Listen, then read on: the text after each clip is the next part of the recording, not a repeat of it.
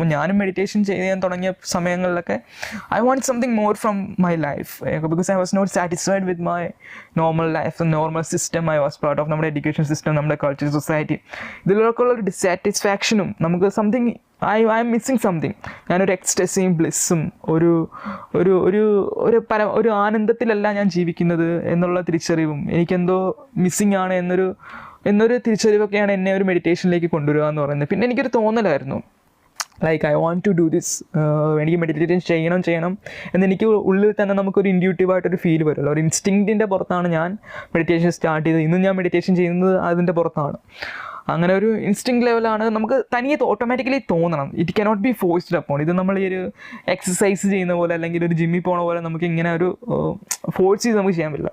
ഒരു സ്പോണ്ടേനിയസ്ലി നമുക്ക് തോന്നിയാൽ മാത്രമേ മെഡിറ്റേഷൻ ചെയ്യാൻ പറ്റത്തുള്ളൂ. ഒരു ഡീപ്പ് മെഡിറ്റേറ്റർ ഒരു ഡീപ്പ് മെഡിറ്റേഷനിലേക്ക് പോകണമെങ്കിൽ യു ഹാവ് ടു ബി